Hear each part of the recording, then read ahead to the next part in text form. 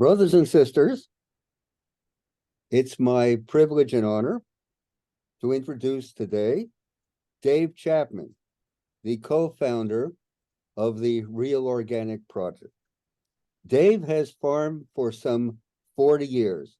He runs Longwind Farm in Vermont. After years of work to reform the USDA's National Organic Program, Dave joined a group of farmers to start the Real Organic Project. Since 2018, they have grown to over 1,000 farms certified as Real Organic. They do a weekly newsletter and a podcast.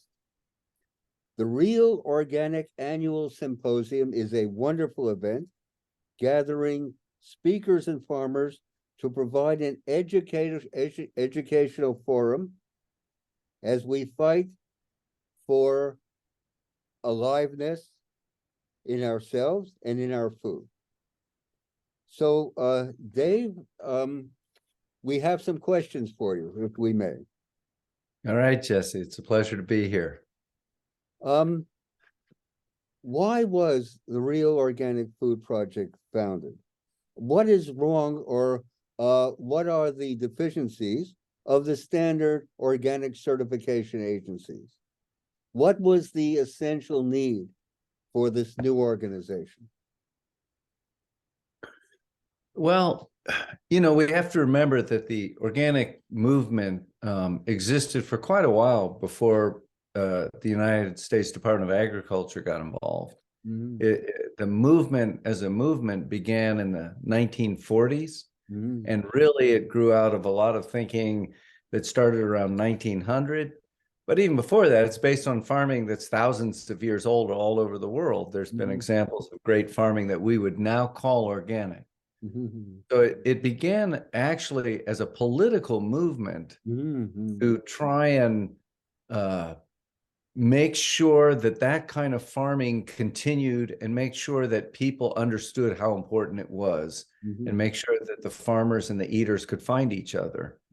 So it wasn't inventing a new kind of farming, it was celebrating an endangered kind of farming. And it was endangered not because it didn't work, but rather because there were large economic interests that were wanted us to eat different kind of food and wanted it to be grown differently, so that just a lot of money was involved. So as organic came to this country, and its great champion in the beginning was J.I. Rodale, and it became a movement here too. And it was, people were seeking an alternative to a growing industrial chemical agriculture system. And people wanted something different, and they knew that. And organic became the gathering place for those people. So when I first became an organic farmer, there was no certification. And then we started a group in Vermont, just as groups were started all over the country, in California and Oregon and Maine. And we started the Vermont Organic Farmers, and we created some standards, and we inspected ourselves. We were trying to say, this is what we mean when we say organic. And I don't know, 10 years later, something like that, 15 years later, the USDA got involved. And at first, I thought it was a bad idea to let the USDA be involved with organic, because so much of what we were trying to create the alternative to was being championed by the USDA. And I thought, this is like having the fox guard the hen house. But it was interesting. The USDA, when it happened, the Secretary of Agriculture said, I want to make it clear, we are not saying, we'll never say, that organic is better than conventional agriculture. But we see the creation of the National Organic Program as we are going to insist that there is integrity in following the standards and transparency. And that's all we're going to do. We're not here to try and reinvent organic, and we're certainly not here to promote it, but we want to serve both the organic farmers and the organic eaters and say, we're going to make sure that there's no fraud going on and that people are getting what they want. Okay, that was good enough for me. I still thought it wasn't right, but I think I was wrong. I think it was not a bad thing to get the USDA involved. And if we had stayed private, I think it's still the same thing would have happened, which is that as we succeeded more and more in the marketplace, and more people said, that's what I want. I don't want milk that comes from a cow that was raised in a factory and, never got to walk on the grass. I want milk that comes from cows that got most of their food on that grass and that lived good lives and are healthy, and they produce a better quality milk and everything is working as it should. I want tomatoes that come from healthy soil and that were grown and they're not just fed chemical fertilizers and pesticides. So that was the mission of the National Organic Program, was to ensure integrity and transparency. And I thought that I'd been wrong to oppose it because I realized after 10 years or so that actually that system was working pretty well. I live in Vermont, which, as it turns out, is it's a very special place for organic. We have a lot of organic farmers. We have a lot of people who care, but it's also a place where our certifier really followed the rules and really believed in it. Vermont Organic Farmers is still the certifier in Vermont, and they do a great job. So I look around and I don't see any certified organic confinement livestock operations. I don't see any certified organic hydroponic operations.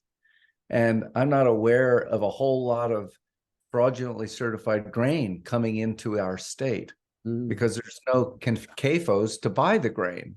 That's where most of that grain goes, is to livestock operations. And what I discovered about 10 years ago was we started to see these hydroponic tomatoes showing up in the marketplace. And I'm a tomato farmer. And I'm like, what's this going on? At first, I couldn't figure out that they were hydroponic. I just saw that they were inexpensive and they looked perfect and they tasted like cardboard. But they were very inexpensive. So I said, what's going on? Where are these coming from? And I did some research and I discovered that they were grown hydroponically. And I said, well, wait a minute. We all agreed that this was not going to be part of organic. And in fact, the National Organic Standards Board, which is an advisory group created by the law to advise the USDA on what the standards should be, had said 2 years earlier, absolutely not. Hydroponic cannot be organic. So I started going to the meetings, the national meetings, to try and go, what's going on? And we started a petition, and we started a second petition, and then we started having rallies. And, we had a rally that started at my farm. We had about 250 people that marched to the next farm, and we had 26 tractors going down the road and a bunch of people with signs. And we had Senator Leahy, who sponsored the original National Organic Food Production Act. And he's a senator from Vermont, and he came and spoke, and we had Peter Welsh and Shelley Pingree, two Congress people, come and speak. It was good. And the outcome of all that is that we were unable to reform anything. We failed, even though there were many, many people. Now, we had 17 rallies across the country that year. And we were losing. And we realized that there was what they call regulatory capture had happened. And the National Organic Program was actually being profoundly influenced by large corporate interests. And reform seemed to be unlikely, at least for quite a while.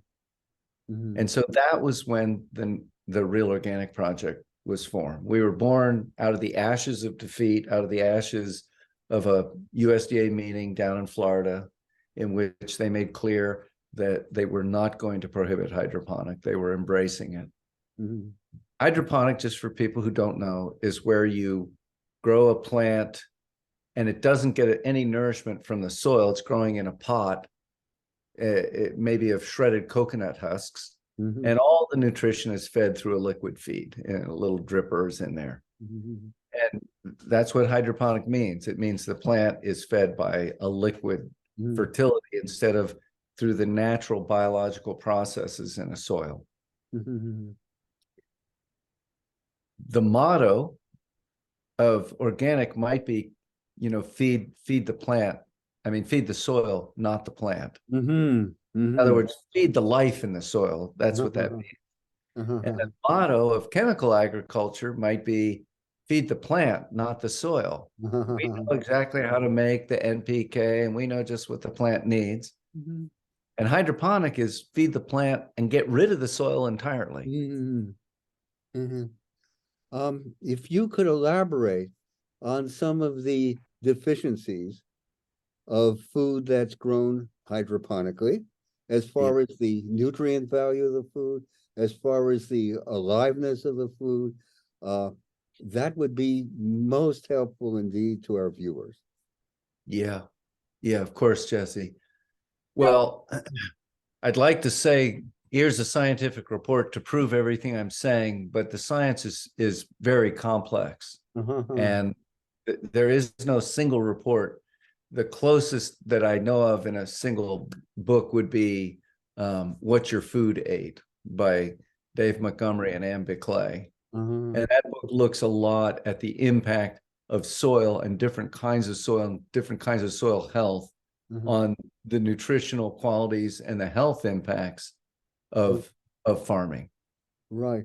And that's a good place to start, but it is complicated, and in the end, we'll have to say that everybody has to decide for themselves whether they think that Bayer Monsanto is right or not. If you think they're right, then you think that they know how to simplify and reduce everything that a plant would have that would make a person healthy. And I just don't think they do. Right. They do.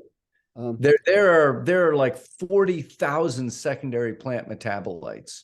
And what we know about those is that we don't know much about them. There are all these things that are in a plant, and we don't even know what it does. And when we eat it, we don't know what the impact is. We know some of it.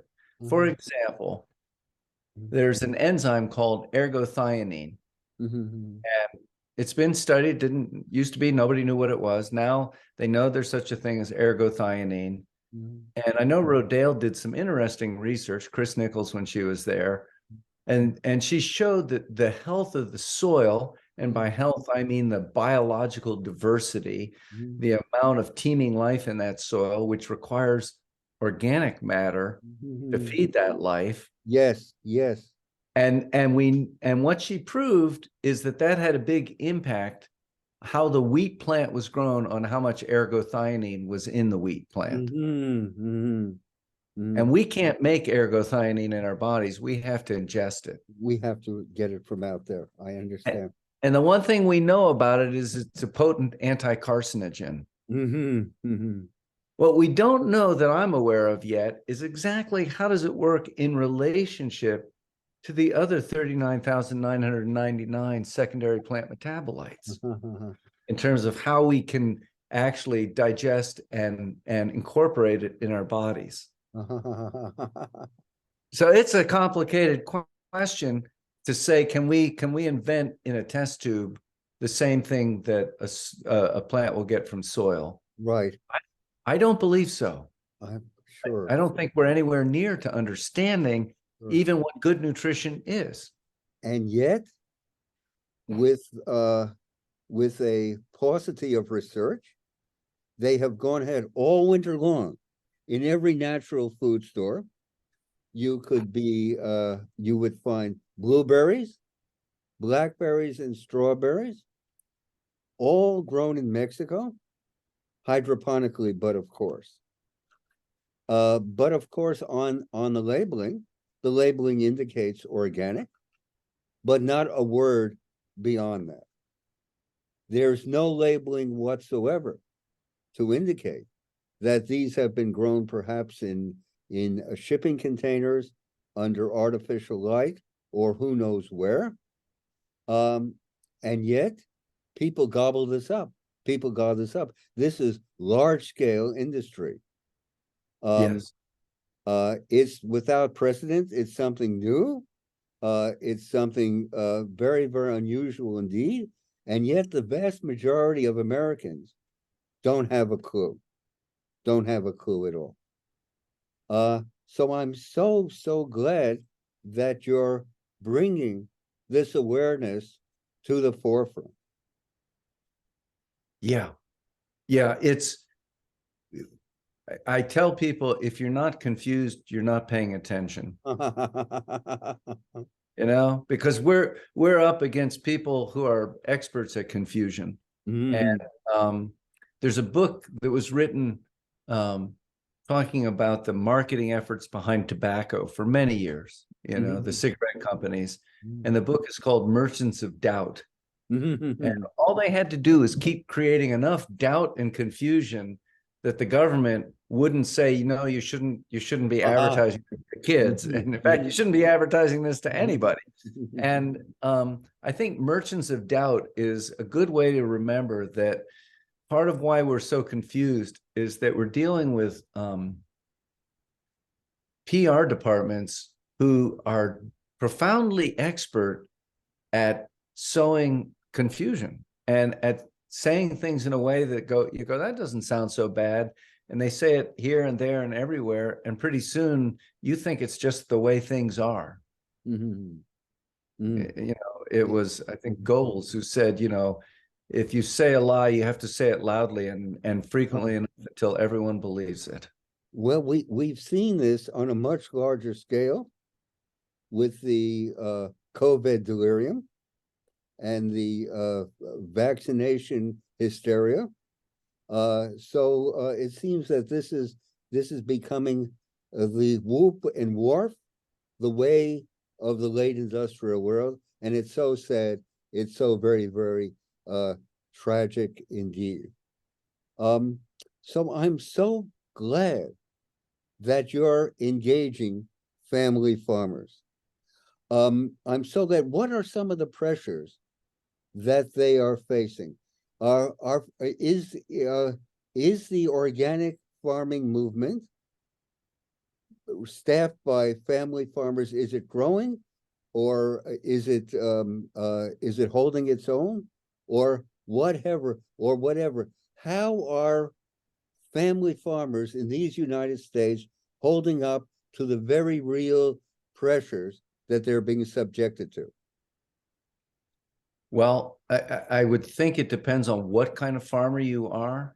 If you're a dairy farmer, you're just in a world of hurt. And we know that large percentage of dairy farmers, both organic and conventional, have gone out of business in the last 15 years. I don't know what it is, 20% of the farmers perhaps, and it's not that there's less milk being made. It's just that the milk is being made on larger and larger industrialized farms. And by and large, when that happens, all of the outcomes are bad, right? On every level, it's less desirable for all of us citizens. The only people it's desirable for is the people who are making a lot of money who own those industrial farms. There's lots of interesting research, just for example, on the impact on a community of having big farms, small number, or small farms, many, and which community do you want to live in? And there was a famous study in California back in the 30s, maybe, and it was called the Goldschmidt thesis, because a guy named Dr. Goldschmidt did this research, and he worked for the government, and they suppressed the research after it came out. They did not like what he learned, but it was a beautiful bit of research, and it should have had many follow-up studies, and those were squashed also. But what he saw in his study was that the town, he picked two towns that were about the same size, and the town that was surrounded by many small farms was the town you wanted to live in. It had a lot of civic organizations. It had much better schools. It had a lower crime rate. It was a nice place to live. And the town that was just surrounded by a a small number of large industrial farms, it wasn't a nice place to live. It was a difficult place to live. Mhm. And I think the point of this is that we know that we don't know. Some of us know that small is beautiful, and that a small decentralized agriculture also leads to a democracy that is much more functional. And what, you know, you go to some place where the towns are all dying because there's nobody left to go to the school, and there's nobody left to go to the cafes. That's not the country we want to live in. And the same is true for the nutrition. And here I will say, being small is good. Being small and organic is great. And that's where really positive things can happen for how you feel at the end of the day. Are you feeling good? Do you have energy? I do believe that our diet has a huge amount to do with that. Oh, absolutely. And the organic diet, and I'll say a real organic diet, organic that comes from a farm that's really tending the soil and feeding the soil instead of the plant. Now you're tapping into this system that evolved and has this inherent profound wisdom that we only scratch at. Inherent profound wisdom. I love those words. Yeah. I would like to say that over 250 years ago, Thomas Jefferson anticipated your very words about family farmers and how they make the best citizens and how vital they are to our democracy. I agree with his words. He wasn't a great example of a family farmer, but I agree but with at least he was words. definitely in the right direction. He supported Yeah. family farmers utterly. So I'm very, very glad to say this, and I want to say that here at Living Tree Community Foods, we believe that if you're concerned about the quality and vitality of the food that you eat, you should grow at least a part of it yourself. Therefore, we advocate victory gardens. Imagine in 1944, there were something like 18 million victory gardens in this country, and they made a real difference in the food that was produced. And over 40% of the food that people ate in 1944 was food that they had grown themselves in their backyard gardens and allotments and so forth. So we support victory gardens. We also support community gardens, very, very much so indeed. And of course, edible landscapes and edible schoolyards. But of course, we see this as a way forward. Every American getting their hands and feet into the soil. This would set so much right and clear so many people's heads. It seems that we are spiraling down, tragically enough, in a very, very different direction. I agree. I agree with everything you just said. You know, just even to have a little garden, it helps you understand so much of food. Yes. You can taste it. You know, we haven't even talked about the taste. It's I just had somebody write me, and there's a farmer who's a friend of mine, and we have strongly promoted his farm in our weekly letters. It's called King Grove Organic Farm. It's out of Florida, and his berries are extraordinarily delicious. And I look forward to the season. He mail orders them to me and to many people. I look forward to that season all year when I can get those blueberries that make my eyes brighten. It just tastes so good. A friend of mine wrote me and she said, you know, I was eating his berries. They were so good. And then when his season ended, I thought, well, I wonder if I could get some from where I live. She lives in California, and she found a local farm, and they brought in the berries from another local farm. And she said, well, they were good, but they weren't nearly as good. And I did a little research, and I discovered they were hydroponic.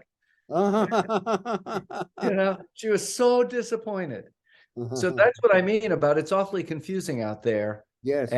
And I want to be clear, because it's important, not that we just make villains of people. The farmer who grew them in this case was a small scale farmer, and he decided that's how he wanted to grow blueberries, and it's more profitable. And that's the fly in the ointment here, which is that when you permit that blueberry to be called organic, as Hugh says, you don't just build a bigger tent and say, good, we'll have some hydroponic and we'll have some soil grown.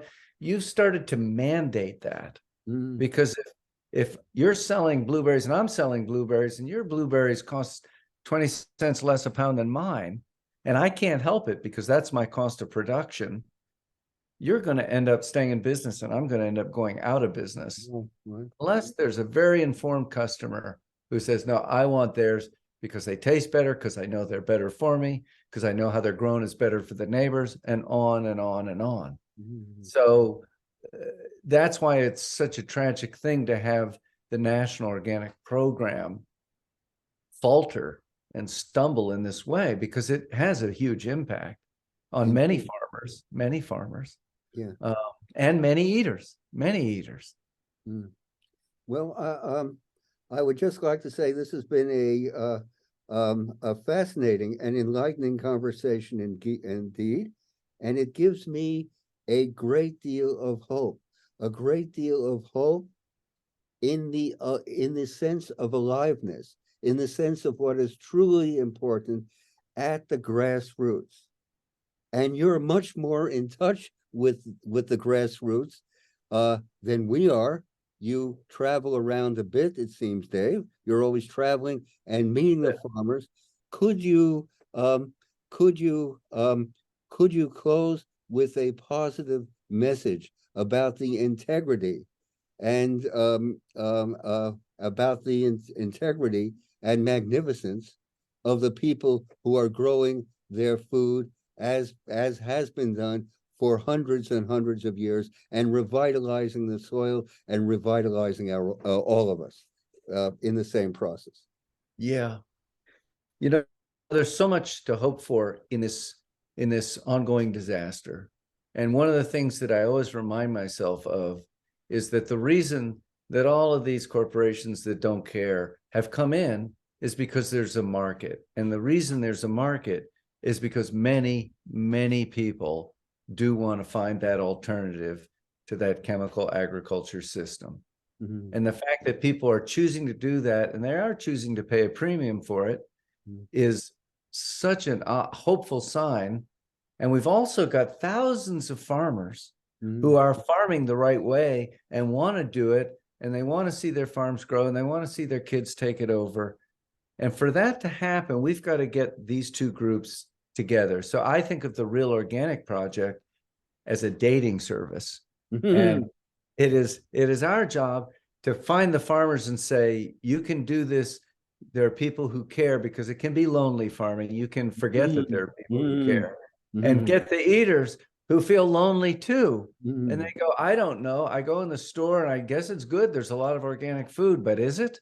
And go, there is real organic food. And that, that you can support that. I don't have the answers to that, but I do have a vision that we can get together. We don't have to convince a million people that they want to buy organic. They're out there, millions of them.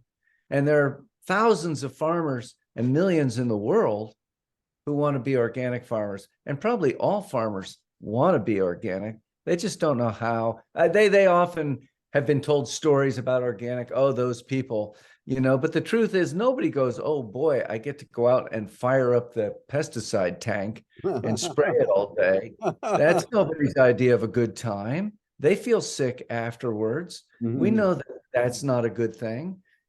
And they know it too, but they don't know how else to make a living farming. So I see there's a lot to be hopeful for. There's also a steep hill to climb, because we have people who have a lot invested in, keeping us down. So, we have to tell our truth. We have to talk to each other. We have to find each other, and we can make this work. we could go forward. David, it has been a privilege and an honor speaking with you. Thank you very much. Our readers will be most appreciative and enlightened indeed. Thank you. Thank you very much, Jesse.